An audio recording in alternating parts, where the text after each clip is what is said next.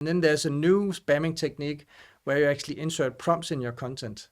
And you can actually hide the prompts in the HTML. You've been in the game for a lot of years. Have you seen some of the same old tactics that people are trying again now? Because I think it was last week I saw someone who tried testing, white on white text again.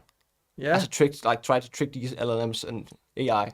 I've heard and I've seen people experimenting with old-fashioned SEO spamming techniques like white text with white background. And then there's a new spamming technique where you actually insert prompts in your content. And you can actually hide the prompts in the HTML. When the LLMs, then they scrape your website, you can force them to actually do something good or bad. Yeah, because I've seen a version of that at some point where they put up in the beginning of an article, you can say like, summarize this article for me. And then they put in a standard ChatGPT link. Yeah. And then with the URL to the page so that you could kind of make people force ChatGPT to read the page. Exactly. And then hopefully getting like into the content they have. Yeah.